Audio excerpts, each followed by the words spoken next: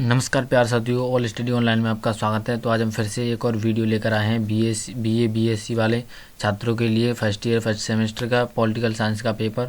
आज इसमें सभी महत्वपूर्ण प्रश्नों को देखेंगे। 2024 का पेपर है ये। तो चलिए बढ़ते अपनी वीडियो की तरफ बिना देरी किए हुए। अगर आप बीएससी पेपर दे रहे हो या आगे पेपर दोगे तो यह वीडियो आपके लिए बहुत ही खास होने वाली है। तो वीडियो को बिना स्किप किए हुए पूरा देखिए। इस पूरे प्रश्न पत्र को हम हल करेंगे। तो चलिए बढ़ते अपनी वीडियो की तरफ। तुम्हारा सबसे पहला प्रश्न है, भारतीय राष्ट्रीय कांग्रेस की स्थापना बम्बई में कब हुई? ऑप्शन ए 28 दिसंबर 1885 को, ऑप्शन बी है 29 दिसंबर 1886 को, ऑप्शन सी है 26 दिसंबर 1884 को, ऑप्शन डी है 30 दिसंबर 1885 को। तो इसका राइट आंसर हो जाएगा ऑप्शन ए 28 दिसंबर 1885 को। तुम्हारा अगला प्रश्न है, भारतीय राष्ट्रीय कांग्रेस के संस्थापक थे? ऑप्शन ए लाला लाजपत राय, राजा राम मोहन राय, एओ हुम, दादा भाई नौरोजी। तो इसका राइट आंसर हो जाएगा ऑप्शन सी एओ हुम। तो चलिए बढ़ते अपने अगले प्रश्न की तरफ। तीसरा प्रश्न है, निम्न में से गर्मपंथी कौन नहीं था? ऑप्शन ए दादा भाई नौरोजी, ऑप्शन बी है बिपिन चंद्र पाल, ऑप्शन सी है लाला लाजपत राय, ऑप्शन डी है बाल गंगाधर तिलक। तो इसका राइट आंसर हो जाएगा ऑप्शन ए दादा भाई नौरोजी। तो हमारा अगला प्रश्न है 4 नंबर का, स्वतंत्रता हमारा जन्म सिद्ध अधिकार है और मैं इसे लेकर रहूँगा, यह कथन किसका था? ऑप्शन ए बाल गंगाधर तिलक, ऑप्शन बी है लाला लाजपत राय, ऑप्शन सी है दादा भाई नौरोजी, ऑप्शन डी है गोपाल कृष्ण गोखले। तो इसका राइट आंसर हो जाएगा ऑप्शन ए बाल गंगाधर तिलक। तो चलिए बढ़ते अपने 5वें क्वेश्चन की तरफ। हमारा 5वां प्रश्न है, भारत में महात्मा गांधी ने अपना असहयोग आंदोलन किस वर्ष शुरू किया? ऑप्शन ए 1919 में, ऑप्शन बी है 1918 ईस्वी में, ऑप्शन सी है 1920 ईस्वी में, ऑप्शन डी है 1929 ईस्वी में। तो इसका राइट आंसर हो जाएगा ऑप्शन सी 1920 ईस्वी में। जो भारत में महात्मा गांधी ने अपना असहयोग आंदोलन शुरू किया वो 1920 ईस्वी में शुरू किया। तो चलिए बढ़ते अपने अगले प्रश्न की तरफ। हमारा अगला प्रश्न है, निम्न में से किसने स्वराज्य पार्टी का गठन किया? Option A CR Das, option B है महात्मा गांधी, ऑप्शन सी है मौलाना आज़ाद, ऑप्शन डी है जवाहरलाल नेहरू। तो इसका राइट आंसर हो जाएगा ऑप्शन ए CR दास। जो निम्न में से स्वराज पार्टी का गठन किया वो किया CR दास ने। तो अगला प्रश्न है, कलकत्ता कांग्रेस ने 1906 ईस्वी में कौन सा नया कार्यक्रम अपनाया? ऑप्शन ए है स्वदेशी वस्तुओं का संस्थानों का प्रचार प्रसार, ऑप्शन बी है विदेशी वस्तुओं तथा संस्थानों का बहिष्कार एवं त्याग, ऑप्शन सी है स्वराज प्राप्ति का लक्ष्य, ऑप्शन डी है उपरोक्त सभी। तो इसमें सभी ऑप्शन सही हो जाएंगे। तो इसका राइट आंसर हो जाएगा ऑप्शन डी। तो चलिए बढ़ते अपने अगले प्रश्न की तरफ। हमारा 8 नंबर का प्रश्न है, प्रथम स्वाधीनता दिवस कब मनाया जाता है? ऑप्शन ए 25 जनवरी 1930 ईस्वी को, ऑप्शन बी है 26 जनवरी 1929 ईस्वी को, ऑप्शन सी है 26 जनवरी 1930 ईस्वी को, ऑप्शन डी है 26 जनवरी 1942 ईस्वी को। तो इसका राइट आंसर हो जाएगा ऑप्शन सी 26 जनवरी 1930 ईस्वी को। जो प्रथम स्वाधीनता दिवस मनाया जाता है वो 26 जनवरी 1930 ईस्वी को मनाया जाता है। तो हमारा अगला प्रश्न है, प्रथम गोलमेज सम्मेलन कब हुआ? ऑप्शन ए 28 नवंबर 1931 को, ऑप्शन बी है 12 नवंबर 1930 ईस्वी को, ऑप्शन सी है 25 नवंबर 1933 ईस्वी को, ऑप्शन डी है 26 नवंबर 1934 ईस्वी को। तो इसका राइट आंसर हो जाएगा ऑप्शन बी 12 नवंबर 1930 ईस्वी को। तुम्हारा 10 नंबर का प्रश्न है, निम्न में से कौन भारतीय कांग्रेस का प्रतिनिधित्व द्वितीय गोलमेज सम्मेलन में था? Option A Jawaharlal Nehru, option B Mahatma Gandhi, option C Motilal Nehru, option D Madan Mohan Malaviya. तो इसका सही आंसर हो जाएगा महात्मा गांधी। जो भारतीय कांग्रेस का प्रतिनिधित्व द्वितीय गोलमेज सम्मेलन में था वो महात्मा गांधी थे। तो अगले प्रश्न की तरफ बढ़ते हैं। हमारा अगला प्रश्न है, होम रूल आंदोलन का मुख्य उद्देश्य क्या था? ऑप्शन ए भारत के लिए पूर्ण स्वतंत्रता, ऑप्शन बी है भारत के लिए स्वशासन, ऑप्शन सी है भारत के लिए तत्काल स्वतंत्रता, ऑप्शन डी है इनमें से कोई नहीं। तो इसका सही आंसर हो जाएगा इनमें से कोई नहीं। तो हमारा अगला प्रश्न है, दिल्ली चलो का नारा किसने दिया? Option A Subhash Chandra Bose, option B Jawaharlal Nehru, option C है मोतीलाल नेहरू, ऑप्शन डी है महात्मा गांधी। तो इसका सही आंसर हो जाएगा ऑप्शन ए सुभाष चंद्र बोस। दिल्ली चलो का नारा दिया था सुभाष चंद्र बोस जी ने।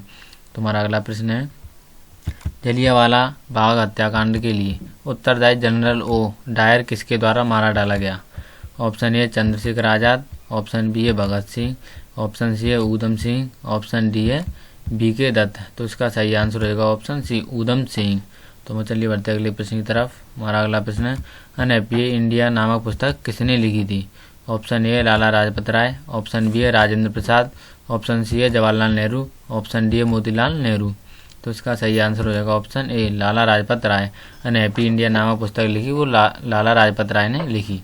तो चलिए बढ़ते अपने अगले प्रश्न की तरफ। हमारा अगला प्रश्न है 15वां, संविधान सभा की पहली बैठक कब हुई?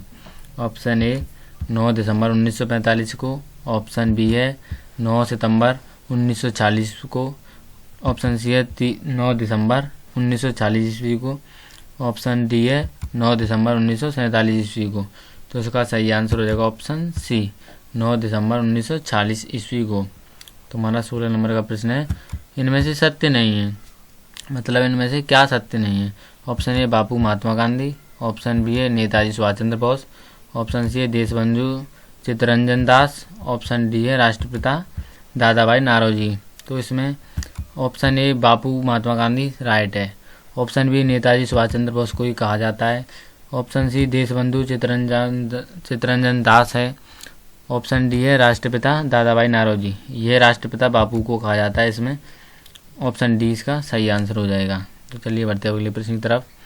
किस अधिनियम ने भारतीय परिषद का निर्माण किया? ऑप्शन ए 1861 के अधिनियम ने, ऑप्शन बी 1892 के अधिनियम ने, ऑप्शन सी है 1858 के अधिनियम ने, ऑप्शन डी है 1909 के अधिनियम ने। तो इसका सही आंसर हो जाएगा ऑप्शन ए 1861 के अधिनियम ने। तुम्हारा 18वां क्वेश्चन है भारत सरकार अधिनियम 1935 में कितने अनुच्छेद और कितनी अनुसूचियां थी? ऑप्शन ए 321 अनुच्छेद तथा 10 अनुसूचियां, ऑप्शन बी 322 अनुच्छेद तथा 11 अनुसूचियां, ऑप्शन सी है 323 अनुच्छेद तथा 12 अनुसूचियां, ऑप्शन डी है 320 अनुच्छेद तथा 10 अनुसूचियां। तो इसका सही आंसर रहेगा ऑप्शन ए 321 अनुच्छेद तथा 10 अनुसूचियां। तो चलिए बढ़ते अपने अगले प्रश्न की तरफ।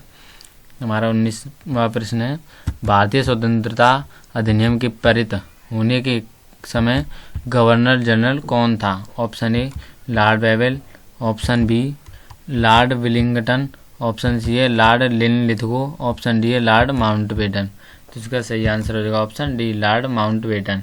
तुम्हारा 20 नंबर का प्रश्न है निम्न में से किस अधिनियम द्वारा ब्रिटिश शासन का अंत हुआ? ऑप्शन ए भारत शासन अधिनियम 1935, ऑप्शन बी है माउंटबेटन योजना, ऑप्शन सी है भारतीय स्वतंत्रता अधिनियम 1947, ऑप्शन डी है भारतीय परिषद अधिनियम 1919 के द्वारा। तो इसका सही आंसर हो जाएगा ऑप्शन सी भारतीय स्वतंत्रता अधिनियम 1947 के द्वारा। जो अधिनियम द्वारा ब्रिटिश शासन का अंत हुआ वो ऑप्शन सी के अनुसार हुआ। तो चलिए बढ़ते अगले प्रश्न की तरफ। संविधान क्या है? ऑप्शन ए सामान्य कानूनों का एक संग्रह, ऑप्शन बी है वित्तीय कानूनों का एक संग्रह, ऑप्शन सी कार्यालय के कानूनों का एक संग्रह, ऑप्शन डी एक मूलभूत संरचना जो राज्य को शक्ति नागरिकों के अधिकारों एवं कर्तव्यों की विवेचना कराती है। तो इसका राइट आंसर हो जाएगा ऑप्शन ए सामान्य कानूनों का एक संग्रह। जो संविधान है वो सामान्य कानूनों का एक संग्रह है।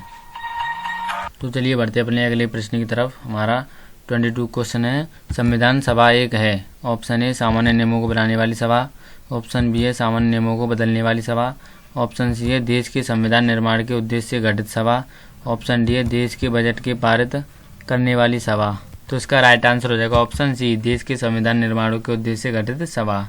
तो अगला प्रश्न है संविधान सभा की प्रथम बैठक कब हुई? ऑप्शन ए 6 दिसंबर 1946 को, ऑप्शन बी है 9 दिसंबर 1946 को, ऑप्शन सी है 9 दिसंबर 1947 को, ऑप्शन डी है 6 दिसंबर 1948 को। इसका सही आंसर हो जाएगा ऑप्शन बी 9 दिसंबर 1946 को।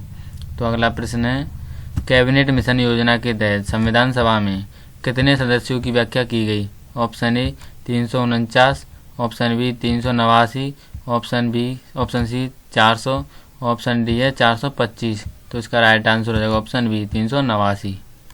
तुम्हारा 25 क्वेश्चन है भारतीय संविधान का स्रोत क्या है? ऑप्शन ए भारतीय जनता, ऑप्शन बी है संसद, ऑप्शन सी है संविधान सभा, ऑप्शन डी उपरोक्त कोई नहीं। तो इसका राइट आंसर हो जाएगा उपरोक्त कोई नहीं। जो राइट आंसर हो जाएगा भारत सरकार अधिनियम 1935 के द्वारा। तो चलिए बढ़ते अगले प्रश्न की तरफ। भारत में न्यायपालिका है। ऑप्शन ए स्वतंत्र है, ऑप्शन बी है संसद के अधीन है, ऑप्शन सी है राष्ट्रपति के अधीन है, ऑप्शन डी है प्रधानमंत्री के अधीन है। तो इसका राइट आंसर हो जाएगा ऑप्शन ए स्वतंत्र। तो भारत में न्यायपालिका है वो स्वतंत्र। तो चलिए बढ़ते अगले प्रश्न की तरफ। हमारा अगला प्रश्न है भारतीय संविधान में संशोधन की कितनी प्रक्रिया है? ऑप्शन ए 4, ऑप्शन बी है 2, ऑप्शन सी है 3, ऑप्शन डी है 5। तो इसका सही आंसर हो जाएगा ऑप्शन सी 3। तो भारतीय संविधान में संशोधन की प्रक्रिया है वो 3 है। तो चलिए अगले प्रश्न की तरफ। 28 नंबर का प्रश्न है भारतीय संविधान जब पारित हुआ तो उसमें कितने अनुच्छेद और धाराएं थी? तो उसका अनुच्छेद और 8 धाराएं। ऑप्शन बी है 395 अनुच्छेद और 10 धाराएं। ऑप्शन सी है 398 अनुच्छेद और 9 धाराएं। ऑप्शन डी है 398 अनुच्छेद और 12 धाराएं। तो उसका राइट आंसर हो जाएगा ऑप्शन ए 395 अनुच्छेद और 8 धाराएं। तो हमारा नेक्स्ट प्रश्न है 29 नंबर का भारतीय नागरिकों को प्रदत्त मौलिक अधिकार है। ऑप्शन ए निरंकुश, ऑप्शन बी हमेशा निरंकुश, ऑप्शन सी है निरंकुश नहीं, ऑप्शन डी उपरोक्त में से कोई नहीं। तो इसका सही आंसर हो जाएगा ऑप्शन डी उपरोक्त में से कोई नहीं। जो भारतीय नागरिक को प्रदत्त मौलिक अधिकार है वो समानता का अधिकार है। तो इसमें से ऑप्शन डी इसका राइट आंसर हो जाएगा। तो चलिए बढ़ते अपने अगले प्रश्न की तरफ। राज्य की सुरक्षा के लिए क्या मौलिक अधिकारों पर प्रतिबंध लगाए जा सकते हैं? ऑप्शन ए है हाँ, ऑप्शन बी है नहीं, ऑप्शन सी है निरंकुश नहीं, ऑप्शन डी उपरोक्त में से कोई नहीं। तो इसका राइट आंसर हो जाएगा ऑप्शन ए हाँ, राज्य की सुरक्षा के लिए मौलिक अधिकारों पर प्रतिबंध लगाए जा सकते हैं। तो अगला प्रश्न है भारतीय नागरिकों को प्रदत्त मौलिक अधिकारों को निलंबित नहीं किया जा सकता। ऑप्शन बी है निलंबित किया जा सकता है, ऑप्शन सी है किसी भी परिस्थिति में निलंबित नहीं किया जा सकता, ऑप्शन डी उपरोक्त में से कोई नहीं। तो इसका राइट आंसर हो जाएगा ऑप्शन बी इसका राइट आंसर हो जाएगा। तो अगला प्रश्न है क्या भारतीय संसद मौलिक अधिकारों को संशोधित कर सकती है? ऑप्शन ए है हाँ, ऑप्शन बी है नहीं, ऑप्शन सी है कभी नहीं, ऑप्शन डी उपरोक्त में से कोई नहीं। तो इसका सही आंसर होगा ऑप्शन ए हाँ, क्या भारतीय संसद जो मौलिक अधिकारों को संशोधित कर सकती है। तो इसका राइट आंसर हो जाएगा हाँ। तो चलिए बढ़ते हैं नेक्स्ट प्रश्न की तरफ। 33 नंबर का प्रश्न है समानता का अधिकार किस अनुच्छेद द्वारा दिया गया है? ऑप्शन ए अनुच्छेद 12 से 18, ऑप्शन बी अनुच्छेद 14 से 18, ऑप्शन सी अनुच्छेद 24 से 26, ऑप्शन डी अनुच्छेद 19 से 22। तो इसका राइट आंसर रहेगा ऑप्शन बी अनुच्छेद 14 से 18। तो अगला प्रश्न है अधिकार के संवैधानिक उपचार की व्याख्या व्यवस्था किस अनुच्छेद में की गई है? ऑप्शन अनुच्छेद 30, ऑप्शन बी अनुच्छेद 32, ऑप्शन सी अनुच्छेद 31, ऑप्शन डी अनुच्छेद 35। तो इसका राइट आंसर हो जाएगा ऑप्शन बी अनुच्छेद 32। तो हमारा अगला प्रश्न है 35 निम्नलिखित कौन से अधिकार केवल भारतीय नागरिकों को ही प्रदत्त किए गए हैं? ऑप्शन ए कानून के समक्ष समानता का अधिकार, ऑप्शन बी है भाषण सभा तथा संगठन बनाने का अधिकार, ऑप्शन सी है संवैधानिक उपचार का अधिकार, ऑप्शन डी है जीवन की सुविधा तथा स्वतंत्रता का अधिकार। तो इसका ऑप्शन ए राइट आंसर हो जाएगा कानून के समक्ष समानता का अधिकार। तो अगला प्रश्न है शोषण के विरुद्ध मौलिक अधिकार का वर्णन है। ऑप्शन ए अनुच्छेद 21 से 22 में, ऑप्शन बी है अनुच्छेद 22 से 23 में, ऑप्शन सी है अनुच्छेद 23 से 24 में, ऑप्शन डी है अनुच्छेद 24 से 25 में। तो इसका राइट आंसर हो जाएगा ऑप्शन सी अनुच्छेद 23 से 24 में। शोषण के विरुद्ध मौलिक अधिकार का वर्णन किया गया है वो अनुच्छेद 23 से 24 में किया गया है। तो चलिए बढ़ते अगले प्रश्न की तरफ। हमारा 37 नंबर का प्रश्न है नागरिकों के मूल कर्तव्य का वर्णन संविधान के किस अनुच्छेद में है? ऑप्शन ए अनुच्छेद 50, ऑप्शन बी अनुच्छेद 51, ऑप्शन सी अनुच्छेद 51 का ए, ऑप्शन डी अनुच्छेद 50 का ए। तो इसका राइट आंसर रहेगा ऑप्शन सी अनुच्छेद 51 का ए। तो अगला प्रश्न है भारतीय नागरिकों के कुल कितने मूल कर्तव्य हैं? ऑप्शन ए 8, ऑप्शन बी है 10, ऑप्शन सी है 14, ऑप्शन डी है 15। तो इसका राइट आंसर हो जाएगा ऑप्शन बी 10। जो भारतीय नागरिकों के कुल मूल कर्तव्य हैं वो 10 हैं। तो चलिए बढ़ते अगले प्रश्न की तरफ। हमारा अगला प्रश्न है राज्य की नीति निर्देशक तत्वों को किस देश के संविधान से लिया गया है? ऑप्शन ए संयुक्त राज्य अमेरिका, ऑप्शन बी है ब्रिटेन, ऑप्शन सी है सोवियत संघ, ऑप्शन डी है आयरलैंड। तो इसका राइट आंसर हो जाएगा ऑप्शन डी आयरलैंड। तो हमारा अगला प्रश्न है 40 नंबर का राज्य के नीति निर्देशक तत्वों का उद्देश्य भारत में किस प्रकार की राज्य व्यवस्था स्थापित करने का है? ऑप्शन ए पूंजीवादी राज्य, ऑप्शन बी है जल कल्याणकारी राज्य, ऑप्शन सी है साम्यवादी राज्य, ऑप्शन डी है राजतंत्रीय राज्य। तो इसका राइट आंसर हो जाएगा ऑप्शन ए जन कल्याणकारी राज्य। तो चलिए बढ़ते अपने अगले प्रश्न की तरफ। हमारा 41 नंबर का प्रश्न है राज्य के नीति निर्देशक तत्व संविधान के किस भाग में हैं? ऑप्शन ए भाग 3, ऑप्शन बी है भाग 5, ऑप्शन सी है भाग 4, ऑप्शन डी है भाग 6। तो इसका राइट आंसर हो जाएगा ऑप्शन सी भाग 4। तो हमारा अगला प्रश्न है 42 नंबर का राज्य के नीति निर्देशक तत्व संविधान के किन अनुच्छेद तक हैं? ऑप्शन ए अनुच्छेद 36 से 51, ऑप्शन बी अनुच्छेद 37 से 52, ऑप्शन सी अनुच्छेद 38 से 52, ऑप्शन डी अनुच्छेद 36 से 52। तो इसका राइट आंसर हो जाएगा ऑप्शन ए अनुच्छेद 36 से 51, जो राज्य के नीति निर्देशक तत्व संविधान के अनुच्छेद 36 से 51 में है। तो हमारा अगला प्रश्न है, राष्ट्रीय महत्व के संस्मारकों, स्थानों और वस्तुओं के संरक्षण की बात संविधान के किस अनुच्छेद में निहित है? ऑप्शन ए अनुच्छेद 35, ऑप्शन बी अनुच्छेद 49, ऑप्शन सी है अनुच्छेद 51 और ऑप्शन डी अनुच्छेद 52। तो इसका राइट आंसर हो जाएगा ऑप्शन बी अनुच्छेद 49। तुम्हारा अगला प्रश्न है 44 नंबर का, पर्यावरण का संरक्षण तथा संबंध और वन तथा वन्य जीवों की रक्षा की बात संविधान के किस अनुच्छेद में की गई है? ऑप्शन ए अनुच्छेद 48, ऑप्शन बी अनुच्छेद 48 ए, ऑप्शन सी अनुच्छेद 49, ऑप्शन डी अनुच्छेद 51। तो इसका सही आंसर हो जाएगा ऑप्शन बी अनुच्छेद 48 ए। जो पर्यावरण के संबंध की बात की गई है वो अनुच्छेद 48 के ए में की गई है। तो चलिए बढ़ते हैं अगले प्रश्न की तरफ। भारतीय राष्ट्रपति का कार्यकाल कितने वर्षों का है? ऑप्शन ए 4 वर्ष का, ऑप्शन बी है 5 वर्ष का, ऑप्शन सी है 6 वर्ष का, ऑप्शन डी है 7 वर्ष का। तो इसका राइट आंसर हो जाएगा ऑप्शन बी 5 वर्ष का। जो भारतीय राष्ट्रपति का जो समय काल होता है वो 5 वर्ष का होता है। तुम्हारा अगला प्रश्न है, भारत के राष्ट्रपति के पद त्याग के बाद उसका कार्यभार कौन संभालता है? ऑप्शन ए सर्वोच्च न्यायालय का मुख्य न्यायाधीश, ऑप्शन बी उपराष्ट्रपति, ऑप्शन सी है प्रधानमंत्री, ऑप्शन डी है लोकसभा का अध्यक्ष। तो इसका राइट आंसर हो जाएगा ऑप्शन बी उपराष्ट्रपति। जो राष्ट्रपति के पद त्याग के बाद उसका कार्यभार उपराष्ट्रपति ही संभालता है। दोस्तों तुम्हारा अगला प्रश्न है, राष्ट्रपति के चुनाव के लिए कौन सी योग्यताएं आवश्यक नहीं है?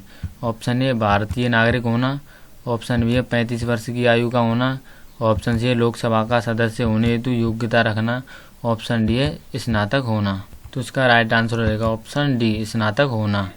जो ये जरूरी नहीं है कि राष्ट्रपति होने के लिए स्नातक होना आवश्यक है, बस भारतीय नागरिक होना चाहिए, 35 वर्ष की आयु का होना चाहिए और लोकसभा का सदस्य होने तो योग्यता होनी चाहिए उसमें। तो चलिए बढ़ते अगले प्रश्न की तरफ। अनुच्छेद 56 ए का के तहत राष्ट्रपति अपना त्यागपत्र किसे सौंप सकता है?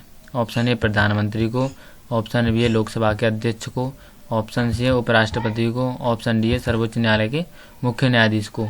तो उसका राइट आंसर हो जाएगा ऑप्शन सी उपराष्ट्रपति को। जो राष्ट्रपति अपना लिखित त्यागपत्र सौंप सकता है वो उपराष्ट्रपति को ही सौंप सकता है। तो हमारा अगला प्रश्न है 49, भारत का राष्ट्रपति नियुक्त कौन करता है? ऑप्शन ए भारत के प्रधानमंत्री, ऑप्शन बी है राज्यों के राज्यपालों को, ऑप्शन बी है सर्वोच्च न्यायालय के मुख्य न्यायाधीश को, ऑप्शन डी उपरोक्त सभी को। तो इसका राइट आंसर हो जाएगा ऑप्शन सी सर्वोच्च न्यायालय के मुख्य न्यायाधीश को।